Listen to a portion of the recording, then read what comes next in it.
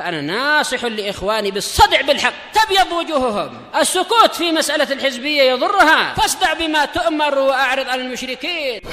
سلامي على دماج ورجالها والشيخ يحيى ودار العلم يا سعد بانيها. Waalaikumsalam warahmatullahi wabarakatuh. Kalau orangnya memang orangnya sikoh, maka hukum asalnya adalah membina hukum, yaitu mempercayai dia. Karena Allah Ta'ala telah mengatakan, Inja akum fasikum binaba'in fatabayyanu. Jika datang kepada kalian orang fasik dengan suatu berita, maka carilah tabayyun, yaitu mencarilah penjelasan. Wa fi riwayat tasabbatu, yaitu carilah kepastian. Ini memiliki mafhumul mukhalafah, berarti kalau yang datang membawa berita adalah orang sikoh, maka hukum asalnya adalah diterima. Kecuali jika ada berita sikoh lain yang lebih kuat atau yang setara untuk melawan yang pertama dan sebagainya. Demikian pula dijelaskan oleh para a'imah Hanabilah dan yang lainnya, kalau memang berita tadi walaupun dari sikoh tetapi menimbulkan keraguan dan kebimbangan, boleh untuk dicari kepastiannya. Sebagaimana itu dijelaskan oleh Imam Ibnu Hubairah Al-Hambali dan lain-lain. Sehingga tidak heran jika kita dapati beberapa salaf atau disebutkan di hadis-hadis ketika ada berita, ada tuduhan, Nabi menanyakan kepada pihak satu lagi, bukan karena Nabi tidak percaya berita sikoh, tapi menimbulkan suatu keraguan dan kebimbangan, betulkah seperti itu? Ini boleh untuk dicari kepastiannya. Bukan haram, bukan wajib, tapi boleh. Dengan demikian akan terkumpul sekian banyak dalil-dalil yang ada. Wallahu a'lam, walhamdulillahi rabbil alamin. Adapun yang menjadi syiarnya hizbiyin, syiarnya ikhwanul muslimin, sururiyin, demikian pula syiar dari mar'iyin, lukmaniyin dan sebagainya, mereka menyalah-nyalahkan orang yang menerima khobar sikoh dan membangun hukum di atas khobar sikoh. Padahal ini adalah bagian dari syariat seperti yang dijelaskan oleh Imam Ibnu Taimiyah dalam Majmu'ul Fatawa. Demikian pula Imam Ibnu Abdul Bar di dalam At-Tamhid, Imam Ibnu Qudamah di dalam Al-Mughni, dan sejumlah a'imah yang lain, yaitu boleh membina hukum dari khobar sikoh karena Allah hanya mewajibkan mentabayuni ketika ada khobar dari fasik. Yang menyalah-nyalahkan itulah karakter hizbiyun. Adapun untuk kehati-hatian, memang dalil banyak sekali untuk memilih hati-hati, memeriksa lebih dulu. Seperti yang Nabi lakukan tatkala datang berita dari sebagian sahabat, kemudian Nabi menanyakan ke sahabat yang lain, apa betul seperti itu? Dalil banyak sekali. Tapi Nabi tidak menyalahkan sahabat yang langsung membina hukum dari khobar sikoh.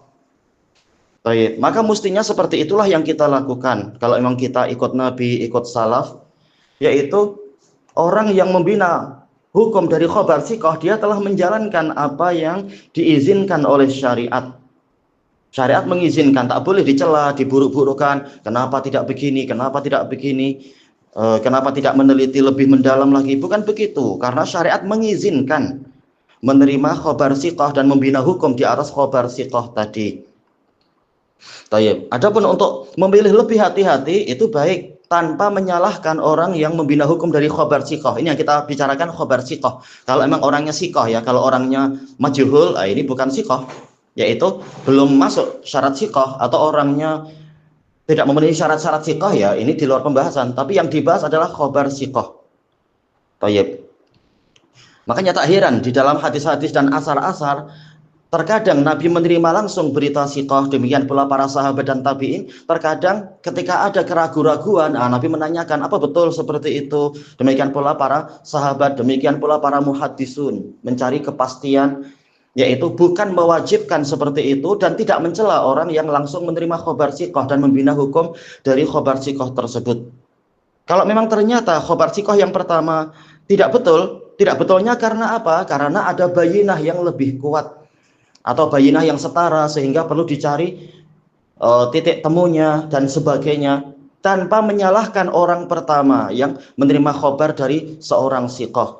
Adapun hizbiyun seperti yang dijelaskan oleh Fadilatul Syekh Ahmad An-Najmi rahimahullah, mereka mencela orang yang menerima khobar sikoh, dan mereka bahkan walaupun telah ditentukan bayinah sekuat-kuatnya, tahu-tahu Tetapi katakan tasabut dulu, kenapa tidak tasabut, kenapa tidak tabayun? Cuma agar para salafiyin datang ke hizbiyun secara langsung mendengar syubhat-syubhat itu saja sebenarnya. Padahal bayinah telah tegak dan seterusnya. Mereka mengira tabayun dulu, tasabut dulu.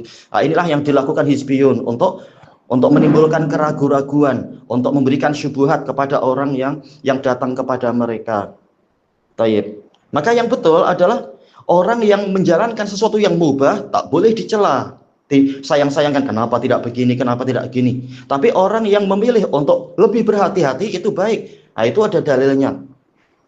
Dua-duanya ada dalilnya. Ada yang mubah langsung menerima khobar sikoh dan menghukumi. Kalau memang ada berita yang lebih kuat, langsung pindah ke yang lebih kuat. Seperti yang difatwakan oleh Imam Syafi'i dan lain-lain. Tanpa mencela orang yang tidak mencari lebih mendalam lagi. Karena dia menjalankan apa yang diizinkan oleh syariat, yaitu membina hukum di atas khobar seorang sikoh. Kalau memang ada kekeliruan, tinggal diperbaiki kekeliruannya tadi, tanpa menyalah-nyalahkan pihak yang melakukan apa yang diizinkan oleh syariat. Dengan itu terkumpul dalil-dalil dan kita terjauhkan dari meniru gaya-gaya hizbiyun yang mengharuskan datang langsung ke orang yang dituduh dan sebagainya, seperti yang dilakukan oleh sebagian orang yang mengaku salafi, harus datang langsung ke saya, atau datang langsung ke orang yang dituduh. Padahal kita sudah datangkan bayinah, ini kalam dia gini, ini tulisannya ini tulisan dia, masih tak percaya, masih tanya langsung ke si penyakit-penyakit itu, baik yang di Jawa ataupun di tempat yang lain. Sehingga ketika yang berpenyakit menyatakan, oh enggak, saya enggak berbuat gitu, langsung dia yang dipercaya, langsung kita yang selama ini berjuang menolong dia, membantu dia, dan selama ini dia akui yaitu orang yang terpercaya, malah beritanya tidak dianggap ketika mendengar langsung dari orang yang berpenyakit. Ini hasilnya. Itu yang sering terjadi.